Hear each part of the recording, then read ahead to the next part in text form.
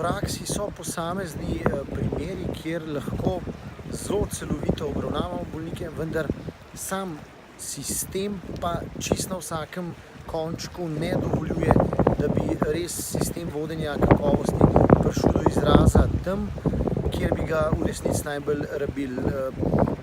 Najbolj pogrešamo v tem trenutku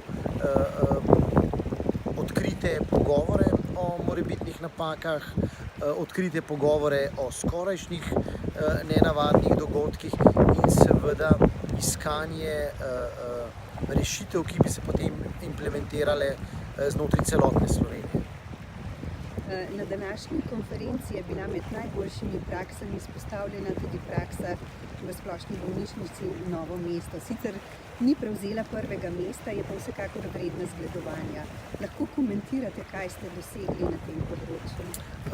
Dr. Kavčič je izvrsten operater z izvrstno ekipo.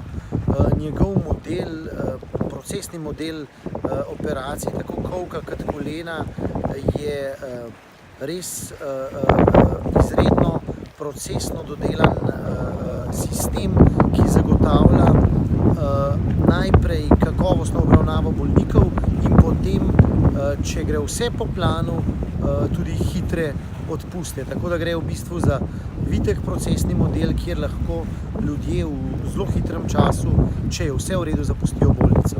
In kakovost in varnost sta pri tem ogromno pridobili, ne? Tako. Najprej je, tako kot sem rekel, na prvem mestu kakovost.